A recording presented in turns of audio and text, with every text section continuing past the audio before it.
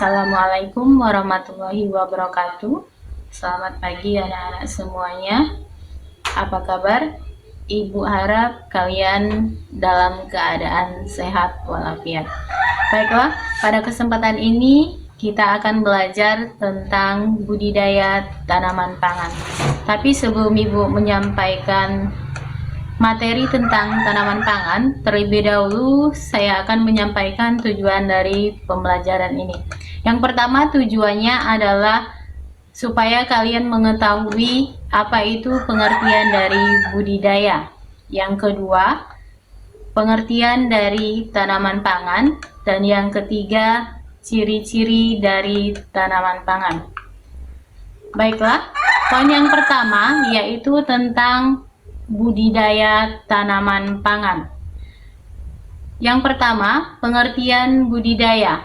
Budidaya itu adalah suatu kerja yang berusaha untuk menambah, menumbuhkan, dan mewujudkan benda ataupun makhluk agar lebih besar atau tumbuh lebih banyak. Itu pengertian dari budidaya. Yang kedua, tanaman pangan. Tanaman pangan ini merupakan sumber kehidupan manusia, di mana keberadaannya akan selalu dicari selama manusia itu masih hidup. Selanjutnya, tanaman pangan ini kalau berdasarkan umur dapat dikelompokkan menjadi dua bagian. Yang pertama, tanaman semusim. Yang kedua, tanaman tahunan. Apa itu tanaman semusim? Tanaman semusim ini merupakan tanaman yang jarak antara penanaman dan panennya hanya bisa dihitung dalam waktu atau jangka per bulan saja. Misal contohnya seperti jagung, singkong, ubi jalar, dan sebagainya. Itu tanaman semusim. Yang kedua, tanaman tahunan. Berbeda dengan tanaman semusim, kalau tanaman tahunan ini jarak penanaman dan panennya dihitung dalam jangka per tahun. Misal seperti tanaman duku dan durian. Selanjutnya, tanaman pangan ini dapat diklasifikasikan menjadi tiga bagian. Yang pertama, tanaman serealia. Yang kedua, kacang-kacangan. Dan yang ketiga, umbi-umbian. Kita bahas yang pertama, yaitu tanaman serealia. Apa itu tanaman serealia? Tanaman serealia adalah tanaman yang banyak mengandung karbohidrat. Contohnya seperti padi, jagung, dan sorghum. Yang kedua, tanaman kacang-kacangan. Contohnya seperti kacang kedelai, kacang tanah, dan kacang hijau. Dan yang terakhir, yang ketiga, yaitu tanaman umbi-umbian. Seperti singkong, ubi jalar, dan talas. Selanjutnya, kita bahas contoh-contoh daripada tanaman pangan. Yang pertama yaitu tanaman padi. Bisa kalian lihat, ini adalah contoh gambar daripada yang namanya tanaman padi. Tanaman padi ini tentunya adalah termasuk salah satu contoh tanaman pangan, karena tanaman padi bisa dijadikan sebagai salah satu makanan pokok. Di mana ciri-ciri tanaman padi ini? Yang pertama, dia berakar serabut, batang pendek, daun berbentuk lanset, warna daun hijau muda dan ada juga yang hijau tua. Kemudian tipe malainya bercabang dan tipe buahnya berupa bulir. Sedangkan cara perbanyakan tanaman padi yaitu dengan cara biji. Apa saja yang bisa digunakan dengan tanaman padi ini? Yang pertama, dia bisa mengobati dan mencegah yang namanya gangguan pencernaan. Yang kedua, mengobati bisul, bengkak, ataupun jerawat. Yang ketiga, ekstrak padi untuk obat serta kosmetik. dan dia juga mengandung energi yang tinggi, yaitu bisa menambah daripada energi kita. Selanjutnya, tanaman yang kedua yaitu tanaman jagung. Tanaman jagung ini bisa juga dijadikan sebagai makanan pokok pengganti daripada padi ataupun nasi.